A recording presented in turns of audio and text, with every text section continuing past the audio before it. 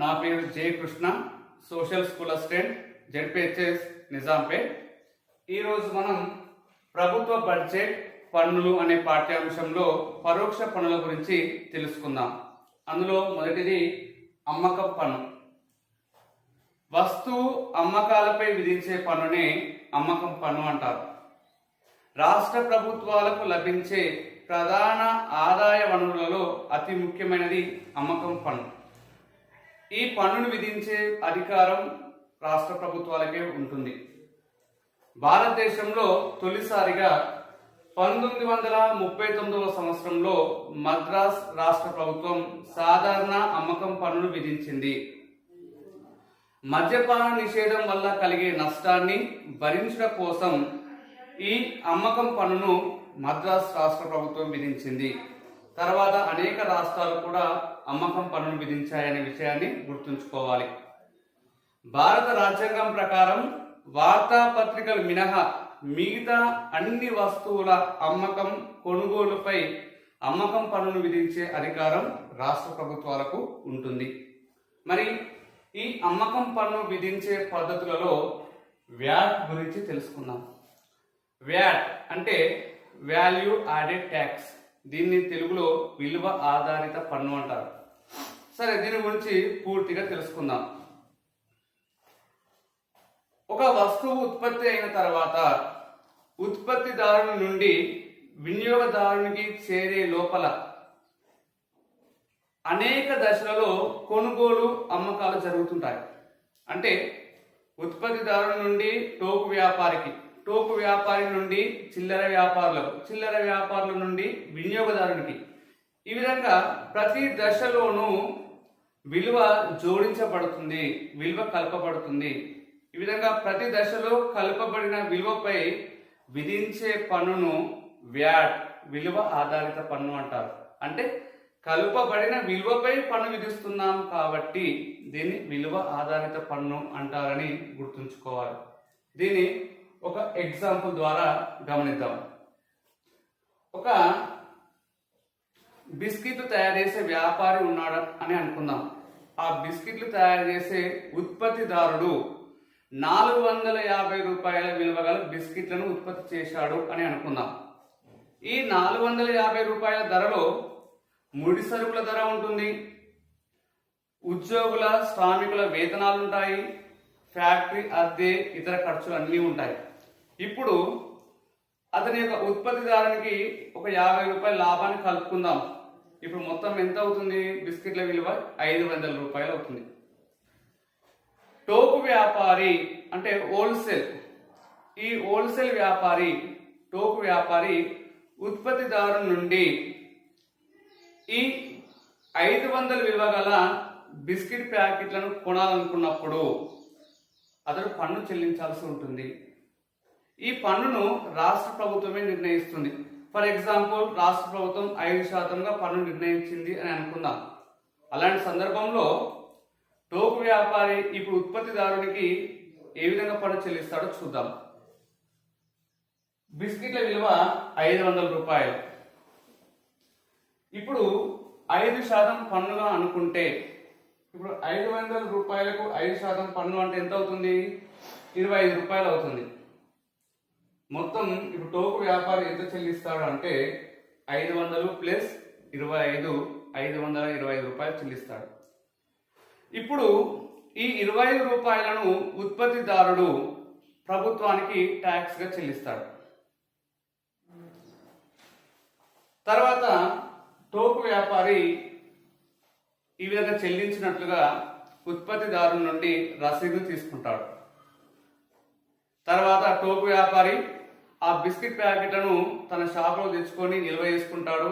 ఇతడు కూడా షాప్ అద్దె కడతాడు, ఇతడు కూడా సిబ్బందికి జీతాలు ఇవ్వాలి. కాబట్టి ఈ టోకు వ్యాపారి చిల్లర వ్యాపారికి తన లాభాన్ని కలుపుకొని 600 రూపాయలకు అమ్ముతాడని అనుకుందాం. అంటే ఇప్పుడు ఈ చిల్లర వ్యాపారులు టోకు వ్యాపారి నుండి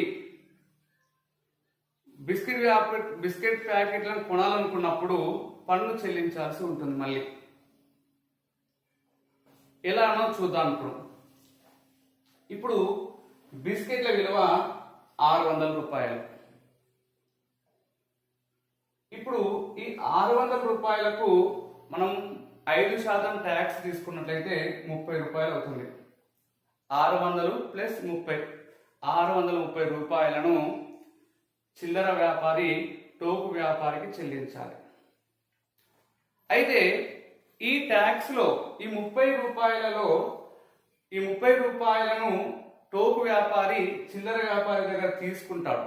తీసుకొని ఇందులో ఆల్రెడీ 25 రూపాయలు కట్టాడు కాబట్టి 25 రూపాయలు తీసేసి మిగతా 5 రూపాయలను ప్రభుత్వానికి ట్యాక్స్ కడతాడు.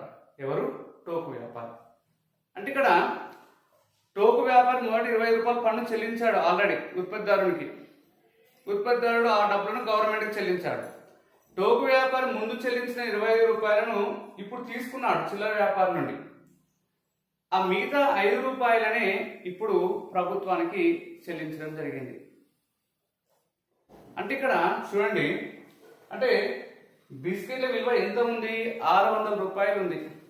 ఈ 600లో మొదట ఈ 500 ప్లస్ 100, అంటే ఈ 500 ఏంటి? ఉత్పత్తి అయిన బిస్కెట్ల విలువ 500 రూపాయలు. అంటే అదనంగా చేర్చబడింది ఎంత? 100 రూపాయలు. ఈ దశలో అదనంగా చేర్చబడింది ఎంత? 100 రూపాయలు. మనం వ్యాట్ అంటే ఏమని చెప్పుకున్నాం? ప్రతి దశలో అదనంగా చేర్చబడిన విలువపై చెల్లించే పన్ను. అంటే ఈ దశలో అదనంగా జోడించబడింది 100 రూపాయలు. ఈ 100 రూపాయల పైన 5% ట్యాక్స్ అంటే ఎంత అవుతుంది? 5 రూపాయలు అవుతుంది. ఇప్పుడు ఈ దశలో ఎంత కట్టిండు టోకు వ్యాపారి? ట్యాక్స్ 5 రూపాయలు. తర్వాత చిల్లర వ్యాపారి తన లాభాన్ని కలుపుకొని బిస్కెట్ల విలువను 700 రూపాయలకు అమ్మాలని నిర్ణయించుకుని అనుకుందాం. ఇప్పుడు ఈ చిల్లర వ్యాపారి నుండి వినియోగదారుడు ఆ బిస్కెట్ ప్యాకెట్లను తీసుకుంటాడు. చిల్లర వ్యాపారి నుండి వినియోగదారుడు బిస్కెట్ ప్యాకెట్లను తీసుకునేటప్పుడు వినియోగదారుడు మళ్ళీ ట్యాక్స్ కట్టాలి. బిస్కెట్ల విలువ 700 రూపాయలు. అంటే చిల్లర వ్యాపారి అమ్ముదాం అనుకున్న ధర 700 రూపాయలు. ఇప్పుడు ట్యాక్స్ ఎంత ఉంది? 700కు 5% ట్యాక్స్ అంటే ఎన్ని రూపాయలు అవుతుంది? 35 రూపాయలు అవుతుంది. ఇప్పుడు వినియోగదారుడు చెల్లించవలసింది ఎంత? 735 రూపాయలు. అంటే ఇక ట్యాక్స్ వినియోగదారుడు చిల్లర వ్యాపారికి ఎంత ట్యాక్స్ కడుతున్నాడు? 35 రూపాయలు కడుతున్నాడు. ఇప్పుడు ఈ వినియోగదారుల నుండి 35 రూపాయల ట్యాక్స్ తీసుకొని అందులో 30 రూపాయలు తన దగ్గర ఉంచుకొని మిగతా 5 రూపాయలను గవర్నమెంట్కు చెల్లించడం జరుగుతుంది. అంటే 30 రూపాయలు తన దగ్గర ఎందుకు పెట్టుకుంటాడు? అంటే ఈ చిల్లర వ్యాపారి ఆల్రెడీ టోకు వ్యాపారికి 30 రూపాయలు పన్ను కట్టాడు కాబట్టి వినియోగదారుడు ఇచ్చిన పన్నులో 35 రూపాయలలో 30 రూపాయలు తన దగ్గర పెట్టుకొని మిగతా 5 రూపాయలు గవర్నమెంట్కి చెల్లిస్తాడు. అంటే ప్రతి దశలో అదనంగా జోడించబడిన విలువకు మాత్రమే, అదనంగా జోడించబడిన ధనానికి మాత్రమే ట్యాక్స్ కట్టడం జరుగుతుంది. అంటే ఫస్ట్ ఉత్పత్తిదారుడు గవర్నమెంట్ కట్టిన ట్యాక్స్ 25 రూపాయలు, టోకు వ్యాపారి కట్టిన ట్యాక్స్ 5 రూపాయలు, చిల్లర వ్యాపారి కట్టిన ట్యాక్స్ 5 రూపాయలు, మొత్తం ఎంత? 35 రూపాయలు. చివరికి వినియోగదారుడు కట్టిన ట్యాక్స్ ఎంత? 35 రూపాయలు. అంటే ఇక్కడ మనం ఏమర్థం చేసుకోవాలి? మనకు ప్రతి దశలో, ఒక దశలో ఉత్పత్తిదారుడు కట్టాడు, ఒక దశలో టోకు వ్యాపారి కట్టాడు, ఇంకొక దశలో చిల్లర వ్యాపారి కట్టాడు. కానీ వీళ్ళందరూ కట్టిన పన్ను భారం ఎవరి మీద పడింది? వినియోగదారుని పైన పడింది. అంటే వినియోగదారుడు ఆ బిస్కెట్ ప్యాకెట్లను తీసుకునేటప్పుడు పన్ను కడుతున్నాను అనే విషయం తెలియదు. దీన్ని మనం పరోక్ష పన్ను అంటారు. అంటే పరోక్ష పన్నులో చివరగా భారం వినియోగదారుని పైన పడుతుందనే విషయాన్ని గుర్తుంచుకోవాలి.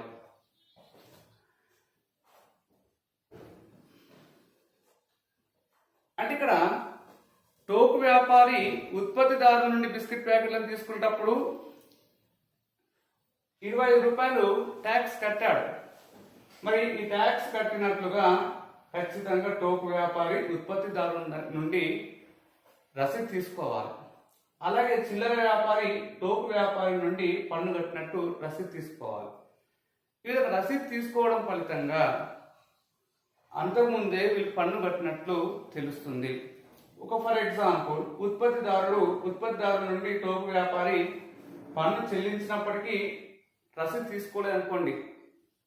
ఈ దశలో ఇప్పుడు టోకు వ్యాపారికి 30 రూపాయలు వస్తున్నాయి చిల్లర వ్యాపారి నుండి.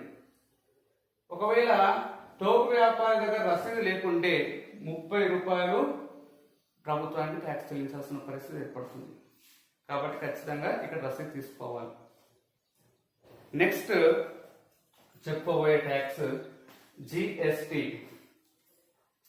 గూడ్స్ అండ్ సర్వీసెస్ ట్యాక్స్ గా పేర్కొంటాం. దీన్ని వస్తు సేవల పన్నుగా పేర్కొంటాం.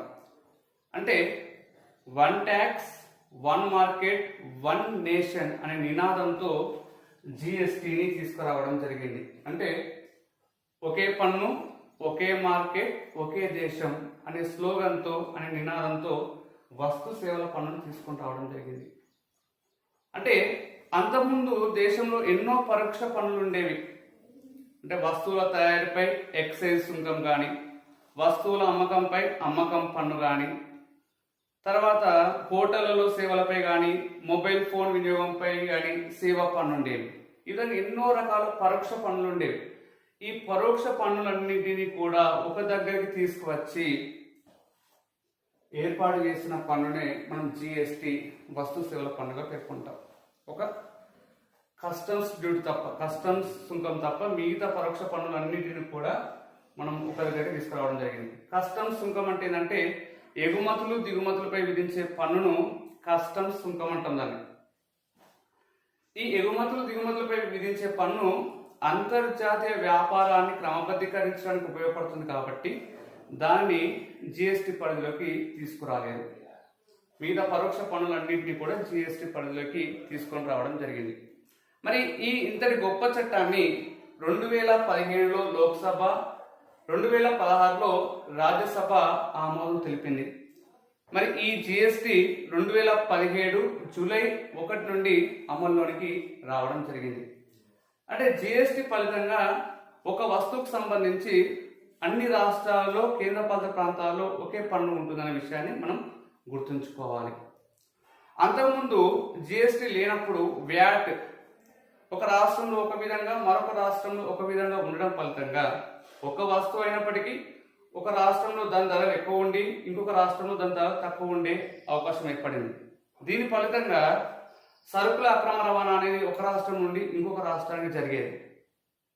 కానీ ఇప్పుడు జిఎస్టి తీసుకురావడం ఫలితంగా ఒక వస్తువు ధర అన్ని రాష్ట్రాల్లో, అన్ని కేంద్ర ప్రాంతాల్లో ఒకే విధంగా ఉంది కాబట్టి ఈ అక్రమ వ్యాపారం అనేది తగ్గిందని చెప్పవచ్చు.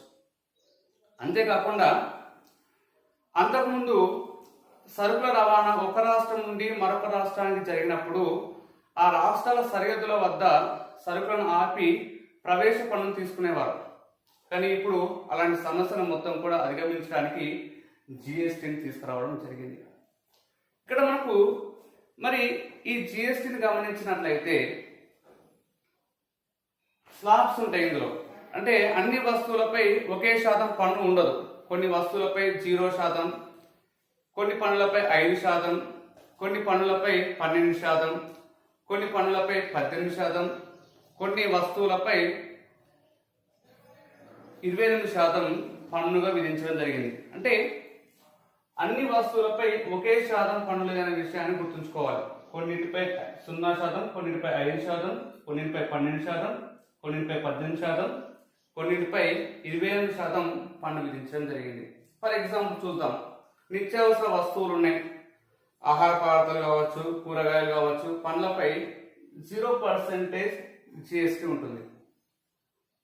5% పన్ను వేటిపై ఉంటుందంటే 1000 రూపాయల కంటే తక్కువ ఖరీదైన బట్టలపై కానీ, 500 రూపాయల కంటే తక్కువ ఖర్చుతో ఉన్న చెప్పులపై కానీ, మిగతా వాటిపై 5% జిఎస్టి ఉంటుంది. అంటే పేదలకు, మధ్యతరగతి వర్గాల వారు ఏ వస్తువులైతే ఎక్కువ వాడతారో ఆ వస్తువులపై తక్కువ జిఎస్టి ఉందనే విషయాన్ని గుర్తుంచుకోవాలి. మరి 12% జిఎస్టి దేనిపైన ఉంటుంది అంటే 1000 రూపాయల కంటే ఎక్కువ కాస్ట్ గల దుస్తులపై కానీ, ఎలక్ట్రిక్ వాహనాలపై కానీ, ఇతర వస్తువులపై 12% ట్యాక్స్ ఉంటుంది, జిఎస్టి ఉంటుంది. 18% జిఎస్టి జర ధనవంతులు వాడే వస్తువులపై అంటే ఫ్రిడ్జ్లు, ఏసీలు, వాషింగ్ మిషన్లు, కూలర్లు ఇలాంటి వస్తువులపైన 18% జిఎస్టీ ఉంటుంది. 28% జిఎస్టీ అంటే విలాసమైన వస్తువులు, లగ్జరీ కార్లు, హెవీ బైక్స్ ఇలాంటి వాటిపైన 28% జిఎస్టీ ఉంటుంది. ఈ విధంగా స్లాబ్స్ అనేవి ఉంటాయనే విషయాన్ని మనం గుర్తుంచుకోవాలి. అంతేకాకుండా జిఎస్టీ మిగతా దేశాల్లో ఒకే విధంగా ఉంటుంది, అంటే ఒకే జిఎస్టీ ఉంటుంది. కానీ మన దగ్గర జిఎస్టీలో 3 విధానాలు ఉంటాయి. ఏంటివి అంటే సిజిఎస్టీ, ఎస్జిఎస్టీ, ఐజిఎస్టీ. అంటే central GST, state GST, inter state GST అని 3 రకాలు ఉంటాయి. అంటే ఎట్లా అంటే ఈ జిఎస్టీ వల్ల వచ్చే ఆదాయాన్ని కేంద్ర రాష్ట్ర ప్రభుత్వాలు సమానంగా పంచుకుంటాయి, 50-50% పంచుకుంటాయి. అంతకుముందు వ్యాట్ వల్ల వచ్చే ఆదాయం మొత్తం కూడా రాష్ట్ర ప్రభుత్వాలకు చెందేది, అవి కేంద్ర ప్రభుత్వాలకు వెళ్ళేది కాదు. కానీ ఈ జిఎస్టీని ప్రవేశపెట్టడం వల్ల వచ్చే ఆదాయం 50-50%లో పంచుకోవాలి, సమానంగా పంచుకోవాలి. ఫర్ ఎగ్జాంపుల్, కొనుగోలుదారుడు, అమ్మకందారుడు ఒకే రాష్ట్రానికి చెందినట్లయితే ఆ రాష్ట్రానికి చెందిన ఆదాయంలో 50% కేంద్రానికి వెళ్తుంది, 50% ఆ రాష్ట్రానికి వెళ్తుంది. ఫర్ ఎగ్జాంపుల్, కొనుగోలుదారుడు ఒక రాష్ట్రానికి చెంది అమ్మకందారుడు ఇంకొక రాష్ట్రానికి చెందినట్లయితే ఈ వచ్చే ఆదాయంలో 50% కేంద్రానికి పోతుంది, 50% దిగుమతి చేసుకున్న రాష్ట్రానికి పోతుంది. దీన్ని మనం ఐజిఎస్టీగా పేర్కొంటాం. అయితే ఇలా వస్తువులను, సేవలను అన్నింటినీ జిఎస్టీ పరిధిలోకి తీసుకురావడం ఫలితంగా చాలా వరకు ఒకే పన్ను విధానం ఉంది. అంతేకాకుండా వస్తు సేవల ఖర్చు కూడా కొంతవరకు తగ్గింది. కానీ అతి ప్రధానమైన వస్తువులైనటువంటి పెట్రోల్, డీజిల్ వంటి వాటిని జిఎస్టీ పరిధిలోకి తీసుకొని రాలేదు. ఎందుకంటే ఈ జిఎస్టీ పరిధిలోకి తీసుకొని వస్తే రాష్ట్ర ప్రభుత్వాలకు వచ్చే ఆదాయం మొత్తం పోతుంది. ఇప్పుడు ఈ పెట్రోల్, డీజిల్ పై అనేక రాష్ట్ర ప్రభుత్వాలు వ్యాట్ను విధిస్తున్నాయి. ఈ వ్యాట్ను విధించడం వల్ల ఈ పెట్రోల్, డీజిల్ పై వచ్చే ఆదాయం మొత్తం కూడా రాష్ట్ర ప్రభుత్వాలకే చెందుతుంది. దానివల్ల వచ్చే ఆదాయం కేంద్రానికి వెళ్ళదు. ఒకవేళ పెట్రోల్, డీజిల్ను జిఎస్టీ పరిధిలోకి తీసుకువస్తే పెట్రోల్, డీజిల్ పై వచ్చే ఆదాయంలో 50% కేంద్రానికి ఇవ్వాల్సి వస్తుంది. కాబట్టి జిఎస్టీ పరిధిలోకి వీటిని తీసుకురావడానికి రాష్ట్ర ప్రభుత్వాలు ఒప్పుకోవడం లేదు. మరి నెక్స్ట్, పన్ను విధింపు సరైన విధానం. మనము గత క్లాసులోనే చెప్పుకున్నాం, పన్ను విధించడంలో ప్రభుత్వం అనేక విధానాలను పాటిస్తుంది. ఎక్కువ ఆదాయం వచ్చిన వారికి వారి ఆదాయాన్ని బట్టి ఎక్కువ నిష్పత్తిలో పన్ను విధిస్తుంది. తక్కువ ఆదాయం వచ్చిన వారికి వారి ఆదాయాన్ని బట్టి తక్కువ నిష్పత్తిలో పన్ను విధించడం జరుగుతుంది. అంతేకాకుండా ఇక్కడ పన్ను ఎగవేత వసూలు, ఈ పన్ను ఎగవేత వసూలు గురించి చెప్పుకునే ముందు ఇంకొక విషయాన్ని గుర్తుంచుకోవాలి మనం. అయితే ఈ కార్పొరేట్ పన్ను, అంతేకాకుండా ఆదాయ పన్ను, ఇవి ప్రత్యక్ష పన్ను అని చెప్పుకుంటాం. కానీ చాలా మంది ఈ ప్రత్యక్ష పన్నును కట్టవలసి వస్తుందనే భయంతో తమ ఆదాయాన్ని సరిగ్గా చెప్పకపోవడం లేదా ఆదాయాన్ని తక్కువ చెప్పడం ఈ విధంగా చేస్తున్నారు. అంటే ప్రత్యక్ష పన్నుల వల్ల వచ్చే ఆదాయం ప్రభుత్వానికి తగ్గుతుంది. ప్రత్యక్ష పన్నుల వల్ల వచ్చే ఆదాయం ప్రభుత్వానికి తగ్గడం ఫలితంగా ప్రభుత్వాలు పరోక్ష పన్నులపైన దృష్టి పెడుతున్నాయి. అంటే పరోక్ష పన్నులు అంటే ఏంటి? వస్తువులపై, సేవలపై ప్రభుత్వాలు పన్నును ఎక్కువగా విధిస్తున్నాయి. ఎందుకంటే వస్తువులను, సేవలను పేదవాళ్ళైనా, మధ్యతరగతి వర్గాల వాళ్ళైనా, ధనవంతులైనా ఖచ్చితంగా తీసుకోవాల్సిందే. అయితే ఇక్కడ ధనవంతులు ఇలాంటి వస్తువులను కొన్ని వస్తువులను తీసుకోవడం వల్ల వాళ్ళకి ఎటువంటి ఇబ్బంది ఉండదు. కానీ ఇప్పుడు నిత్యావసర వస్తువులైనటువంటి ఆహారం, పప్పు ధాన్యాలు, కిరోసిన్, వంట నూనె, ఎల్పిజి ఇలాంటి వాటిపైన పన్ను ఉన్నదనుకోండి, అప్పుడు పేదవాళ్ళకు చాలా ఇబ్బంది కలుగుతుంది. తమ సంపాదించిన సంపాదన మొత్తం కూడా వీటికి ఖర్చు చేయాల్సిన పరిస్థితి ఏర్పడుతుంది. కాబట్టి అన్ని వస్తువులపై అన్ని సేవలపై ఒకే రకంగా పన్ను ఉండకూడదు. అందుకే మనం జిఎస్టిలో ఈ స్లాబ్స్ చూసాం ఇంతకుముందే. అంటే మధ్యతరగతి పేద వాళ్ళు వాడే వస్తువులపై తక్కువ పన్ను ఉండాలి. ధనవంతులు ఉన్నత వర్గాల వాళ్ళు వాడే వస్తువులు లగ్జరీ కార్లు కావచ్చు, ఏసీలు కావచ్చు, వాషింగ్ మిషన్లు కావచ్చు, పెద్ద పెద్ద హోటళ్ళు విందు భోజనాలు కావచ్చు, వీటన్నిటిపైన ఎక్కువ పన్ను ఉంచడం ద్వారా ప్రభుత్వానికి ఎక్కువ ఆదాయం వస్తుంది. పేద మధ్య తరగతి వర్గాలకు ఇబ్బంది కలగదనే విషయాన్ని గుర్తుంచుకోవాలి. అంతేకాకుండా పెట్రోల్, డీజిల్ వంటి వాటిని కూడా జిఎస్టీ పరిధిలోకి తీసుకొని రావడం ఫలితంగా మిగతా వాటి యొక్క ఖర్చులు కూడా తగ్గుతాయి, మిగతా వాటి ధరలు కూడా తగ్గుతాయి. For example, petrol diesel rate పెరిగింది అనుకోండి, ఫలితంగా ట్రాన్స్పోర్ట్ ఛార్జెస్ పెరుగుతాయి, రవాణా ఛార్జెస్ పెరుగుతాయి. రవాణా ఛార్జెస్ పెరగడం ఫలితంగా ధరలు పెరుగుతాయి. కాబట్టి వీటిని జిఎస్టీ పరిధిలోకి తీసుకురావడం ఫలితంగా మిగతా ధరలు తగ్గే అవకాశం కూడా ఉంటుంది అనే విషయాన్ని గుర్తుంచుకోవాలి. నెక్స్ట్, పన్ను ఎగవేత వసూలు. మనం ఇంతకుముందే చెప్పుకున్నాం. మరి ప్రభుత్వానికి ఆదాయం పన్నుల నుండే వస్తుంది. మరి ప్రభుత్వం అనేక సంక్షేమ కార్యక్రమాలు అమలు చేయాలంటే ఖచ్చితంగా ప్రజల నుండి పన్ను వసూలు చేయాల్సిందే.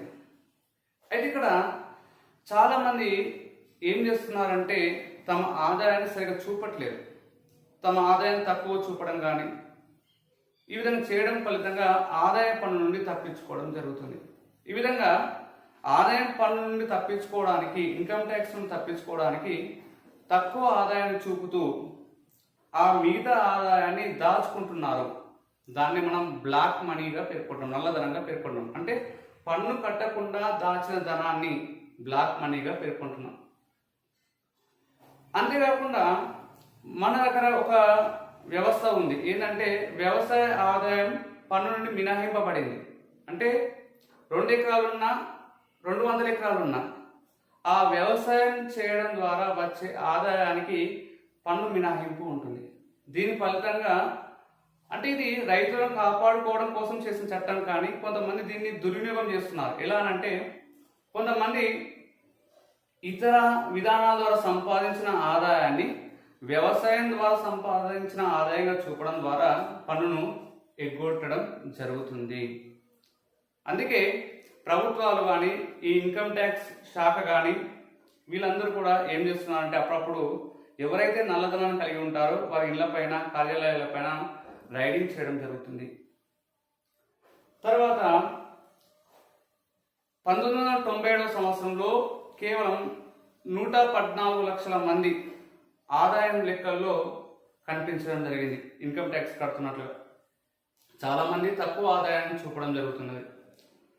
చాలామంది అమ్మకం పన్ను ద్వారా వచ్చే ఆదాయం చాలా వరకు తగ్గింది ప్రభుత్వానికి. ఎలానంటే ఆ దుకాణదారులు వస్తువులను అమ్మడం ద్వారా పన్ను కట్టాలి, కానీ చాలామంది ఆ వస్తువులను అమ్ముతున్నప్పుడు రసీదులు ఇవ్వకుండా ఉండడం కానీ, లేదా వారు అమ్మేదానికంటే తక్కువగా రిజిస్టర్లలో, బుక్లను నమోదు చేయడం ద్వారా కానీ ప్రభుత్వానికి అమ్మకం పన్నును ఎగ్గొట్టడం జరుగుతుంది.